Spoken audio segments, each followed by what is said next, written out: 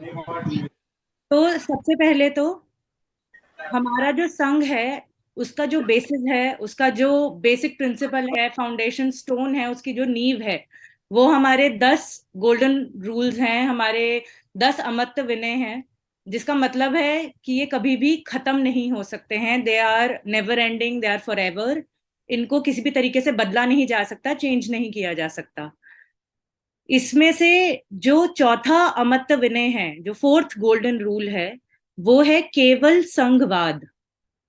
संघ, संघ जो हमारे जीवन का जीने का सबसे बेसिक रूल है। जो इंसान हैं, जितने भी हमारी धरती पे जितने भी जानवर, इंसान, जितनी भी प्रजातियां हैं, चाहे पेड़ पौधे ले लीजिए, चाहे जानवर ले लीजिए, इंसान ले लीजिए, कुछ भी ले लीजिए, हमारी बायोलॉजी को इस तरीके से बनाया गया है, इस तरीके से डिजाइन किया गया है। आप किसी भी नेचुरल प्रोसेस को देखेंगे तो हमारी जो बायोलॉजी है उसको इस तरीके से डिजाइन किया गया है कि कुछ भी अकेले एक नहीं जीवित रह सकता। कुछ भी अकेले या सिर्फ एक लौता रह के आगे जिंदगी में नहीं बढ़ सकता, फल नहीं सकता, फूल नहीं सकता। बेसिकली कुछ भी जो अकेले है, उसको वो प्रॉस्पेरिटी नहीं हासिल होगी जिस चीज के लिए उसकी पैदाइश की गई है, या जिस चीज के लिए उसको उसका जेनेसिस हुआ है, उसको पैदा करा गया है, बनाया गया है। जो नेचर का बेसिक सिद्धांत है वो ही ये है कि कोई भी प्रजाति, किसी भी तरह की प्रजाति को एक साथ इकट्ठे होके रहना है, संघ में रहना है, हमेशा साथ साथ रहना है। कोई एक ज्यादा आगे या एक ज्यादा पीछे नहीं हो सकता, सब साथ में होके रहेंगे। यही संघ का बेसिक उद्देश्य है। और यही संघवाद भी है कि जब आप संघ में हैं तो आपकी कोई अलग, अपने से अलग कोई आइडेंटिटी नहीं है। जब आप संघ में हैं तो आपका जो बेसिक नेचर है वो संघ के बेसिस पे बन जाता है। आप अलग, यूनिक नहीं रहते। जैसे कि कभी भी आप लोगों ने देखा होगा कि आप पानी की बूंदें अलग अलग रख सकते हैं, आप अलग अलग कटोरियों में एक एक पानी की बूंद रख सकते हैं। लेकिन जिस मोमेंट पे आप उन पानी की बूंदों को एक साथ एक कटोरी में मिलाएंगे, आप उसको अलग ही नहीं कर सकते। आपको समझ नहीं आएगा कि वो जो एक बूंद थी जो दूसरी कटोरी में रखी हुई थी, वो तीसरी से अलग कैसे दिख रही है। चाहे आप अलग अलग रंग का पानी भी ले ले, वो सारे रंग भी आपस में घुल जाएंगे। क्यों? क्योंकि यही प्रकृति का सिद्धांत है, संघ में रहना, साथ में रहना। ये एक नेचुरल बेसिस है जिसको हम एज ह्यूमंस कई बार कोशिश करते हैं तोड़ने की, इसके अगेंस्ट जाने की। लेकिन आप लोगों ने देखा होगा, हमारी हिस्ट्री बुक्स उठा के देखिए, अपना जो नेचुरल आपके डे टू डे एक्टिविटीज हैं उसमें देखिए कि कोई भी इंसान के भी जो टुकड़े टुकड़े हो रखे हैं वो अकेले एग्जिस्ट नहीं कर सकते हैं। कितने ही राज्य हो गए, कितने ही महाराजा, राजा महाराजा हो गए, सम्राट हो गए, सबके अलग अलग राज हो गए, और इवेंचुअली वो सारे के सारे ब्रेक डाउन हो गए। दे क्रम्बल्ड इनटू अ डस्ट। क्यों? क्योंकि वो सब अलग अलग थे। संघ भारत में ऐसा नहीं है कि बुद्ध लेके आए थे। संघ भारत के लोगों में बुद्ध से पहले भी रह रहा था, बुद्ध के वक्त पे भी था, और उनके बाद भी रहा है। ऐसा नहीं है कि किसी एक इंसान के बेसिस पे संघ आया है, नहीं। संघ सबसे पहले था, संघ सबसे ऊपर है। किसी भी मनुष्य या एक आइडेंटिटी के बेसिस पे संघ नहीं चला है कभी भी। हाँ, ये जरूर देखा गया है कि जो बाहर से जो ताकतें आई थी, जो बाहर के इन्वेडर्स आए थे, उनकी जो मेंटालिटी थी वो पर्सन बेस्ड थी। जैसे ब्रिटिश राज को अगर आप देखेंगे तो उनकी जो मेंटालिटी थी वो उनकी क्वीन या उनके जो किंग थे, उनका जो थ्रोन था उस पे बेस्ड चलती थी। That was a individual based ideology. लेकिन जो भारत देश है, उसका जो असली मैं कहूंगी, अगर रूट रूट प्रिंसिपल आप देखिए, जिस रूट बेसिस पे हम लोगों ने अपना जीवन हमेशा से काटा है, हमने हमेशा से अपनी जिंदगी जी है, अपने परिवारों में, अपनी सोसाइटी को, कम्युनिटी को हम हमेशा साथ लेके चले हैं। यहाँ पे कुछ भी ऐसा नहीं था कि एक एक इंसान के पीछे चल रहे हैं, नहीं। यहाँ सब साथ में मिलके चलते थे, एक Recording in progress. लेवल पे चलते थे, और सबके सब उस संघ में आके एक जैसे हो जाते थे। चाहे वो राजा आके अगर संघ के संगति में बैठ रहे हैं, या कोई किसान हो गया, या कोई और किसी तरीके का कोई लाला सेठ, कोई बिजनेस वाले हो गए, उसे कोई फर्क नहीं पड़ता, चाहे आदमी है चाहे औरत है, चाहे बूढ़े हैं चाहे बच्चे हैं, जब वो संघ की संगति में बैठे हुए हैं, जब वो एक साथ बैठे हुए हैं, उसका मतलब ये है कि वो सबके सब बराबर है, समतल है, एक ही समान है, वो सब संग संग है, साथ साथ है। अच्छा, संघ को अगर आप देखेंगे तो गौर कीजिए, जो हमारा त्रिशणन है उसमें भी संघ की इतनी इंपॉर्टेंस है, संघ का जो वैल्यू है वो इतना ज्यादा जरूरी है दिया गया है कि त्रिशणन का जो हमारा तीसरा एस्पेक्ट है वो संघ की शरण में जाने को दिया गया है। सबसे पहले हमें बुद्धि की शरण में जाना है, अपनी ज्ञान की शरण में जाना है, नॉलेज की शरण में जाना है।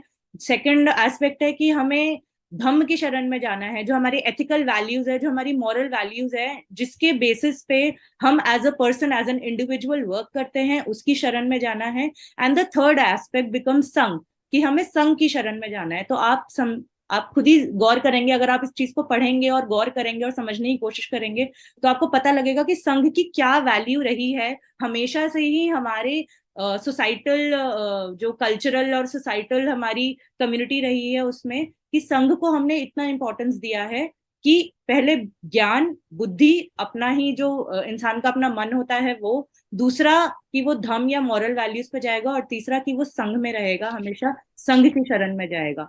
So that is how importance the value of संघवाद इज, कि संघवाद से अलग कोई इंडिविजुअलिज्म या किसी तरह का अगर आप व्यक्तिवाद बोले या संगठनवाद बोले, या मतलब किसी भी एक इंसान को नेतावाद हो गया, किसी की जय जयकार करना हो गया, वो नहीं था कभी भी।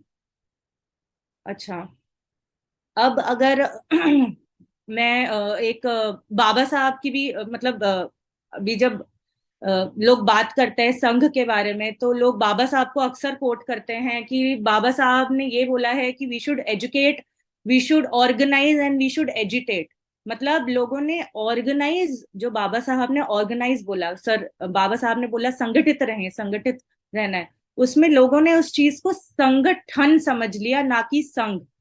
संगठित होने का मतलब है, ऑर्गेनाइज होने का मतलब है, उसके दो पहलू हैं। पहला तो ये कि ऑर्गेनाइज होने का मतलब पहला ये होता है कि आप साथ आए, टुगेदरनेस, कि आप एक दूसरे के साथ रहें। दूसरा होता है कि आप साथ तो रहें लेकिन हैफजार्ड मैनर में नहीं, ऐसे बिना किसी रूल या रेगुलेशन के नहीं, आप किसी एक डिसिप्लिन्ड तरीके से साथ में रहें।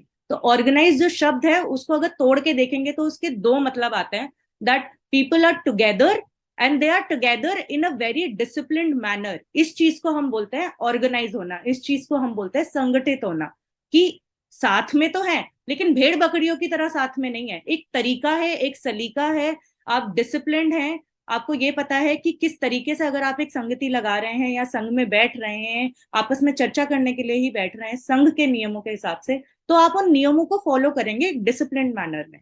इस चीज का मतलब था जब बाबा साहब ने बोला कि ऑर्गेनाइज होना है, इसका मतलब या संगठित होना है, उसका मतलब ये नहीं था कि आप संगठनों में टूट जाएं।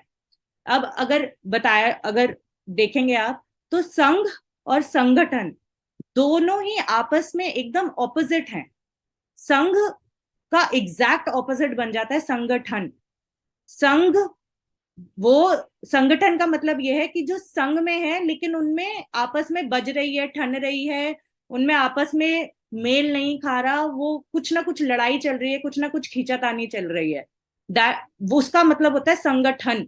और संघ का मतलब है कि सब एक समतल तरीके से आपस में घुल मिल गए, कोई अलग नहीं दिख रहा, कोई एक ऊंचा अलग उठ नहीं रहा है, सब एक समान हो गया है। जैसे कि पानी के ग्लास में अगर आप पानी भरोगे तो वो पानी ही दिखेगा आपको, आप उसमें से अलग से एक बूंद आपको उछलती हुई नहीं दिखेगी कि नहीं मैं। संघ में मैं का कोई भी जगह नहीं है। संघ और जो संगठन है वो सिर्फ मैं से ही चलता है, वो बना ही इसलिए है क्योंकि संगठन मतलब जो लोग जो संघ के नियमों को, संघ का जो बेसिस है कि आपको सबको साथ लेके चलना है, आपकी खुद की मैं नहीं होगी, आपकी खुद की प्रशंसा नहीं होगी, ऐसा नहीं होगा कि आप ज्यादा पैसा फेंक रहे हैं तो आपकी ही सब लोग भेड़ चाल में आपके पीछे पीछे चल रहे हैं, या ऐसा नहीं होगा कि आपने अगर किसी की मदद करी अपने साथी की, तो सब आपकी वाहवाही करे, प्रशंसा करे कि हाँ ये इंसान तो बहुत काम कर रहा है हमारे समाज के लिए, इसी के पीछे लो, इसी का नाम लो, इसी का ये करो। संघ का मतलब ये बिल्कुल भी नहीं है। ये सब कुछ जो होता है, मंच, माला, प्रतिष्ठा, ये सब कुछ हर तरीके से, कि पैसा हो गया, पूंजी हो गई, किसी तरीके से किसी की मदद कर दी और उससे अपना नाम कमा लिया, उससे अपना यश कमा लिया, उससे आपने कुछ कुछ कुछ कुछ करके डिविजन क्रिएट कर दी, ये संगठनों का काम होता है। संघ में किसी भी तरह का डिविजन नहीं होता, वो सबके सब सामान्य हो जाते हैं। जो जितना संघ में काम करेगा वो पूरा संघ के लिए ही आगे बढ़ाएगा संघ को। ऐसा नहीं है कि किसी ने संघ में काम करा है तो उसकी ही वाहवाही होने लग जाएगी, और अगर ऐसा होगा और वो इंसान इस वाहवाही को मतलब बटोर के अपना कुछ, उसका कुछ नतीजा निकालना चाहेगा, तो फिर वो संघवादी नहीं है, वो संघ को नहीं समझ पाया है। उन्हें ये नहीं पता है कि संघ एक्चुअली क्या है और किस बेसिस पे काम करता है। संगठनों में जो जो संगठन होते हैं वो मनुवाद और व्यक्तिवाद पे बेस्ड होते हैं, लेकिन जो संघ है उसमें एक व्यक्ति की जो मैं है, उसमें एक व्यक्ति का जो यश है, एक व्यक्ति की जो इज्जत है, उनका जो पूंजी है, उनका जो स्टेचर है, उनका क्या पोस्ट डेजिग्नेशन में वो कहाँ काम करते हैं, ये सब नहीं गिनती में आता। जब एक व्यक्ति संघ में आता है तो वो सिर्फ संघ का होके रह जाता है, उस वो संघ ही बन जाता है। बाहर वो कोई एसएसपी, आईएएस, आईपीएस, कोई नेता, कोई बिजनेसमैन, वो इंजीनियर बहुत बड़ा, कोई साइंटिस्ट, कुछ भी हो सकता है, बच्चा हो सकता है, बूढ़ा हो सकता है, लेकिन जिस वक्त वो संघ में आ गए वो संघी बन जाते हैं। उनकी आइडेंटिटी सिंपली चेंज हो जाती है कि वो संघी हो चुके हैं। और यही संघवाद है, और यही संघवाद का बेसिस है कि जो संघ में रहते हैं, आप अपनी खुद की फितरत, अपनी खुद की आइडेंटिटी को बिल्कुल डिसॉल्व करके, जो संघ की आइडेंटिटी है, जो संघ का काम है, जो संघ की कम्युनिटी है, जो संघ में सोशल स्ट्रक्चर चल रहा है, जो संघ का नाम हो रहा है, संघ का काम हो रहा है, आप बस संघ के ही बन के रह जाते हैं। यही संघवाद है। यहीं पे मैं अपनी वाणी को विराम दूंगी, और अगर मुझसे कोई गलत बात हो गई हो तो उसके लिए मैं क्षमा चाहूंगी संघ से। साधु। साधु साधु साधु, बहुत बढ़िया बताने के बहन। लिए बहुत बहुत साधुवाद। जितना कोई लालच करे उतना ही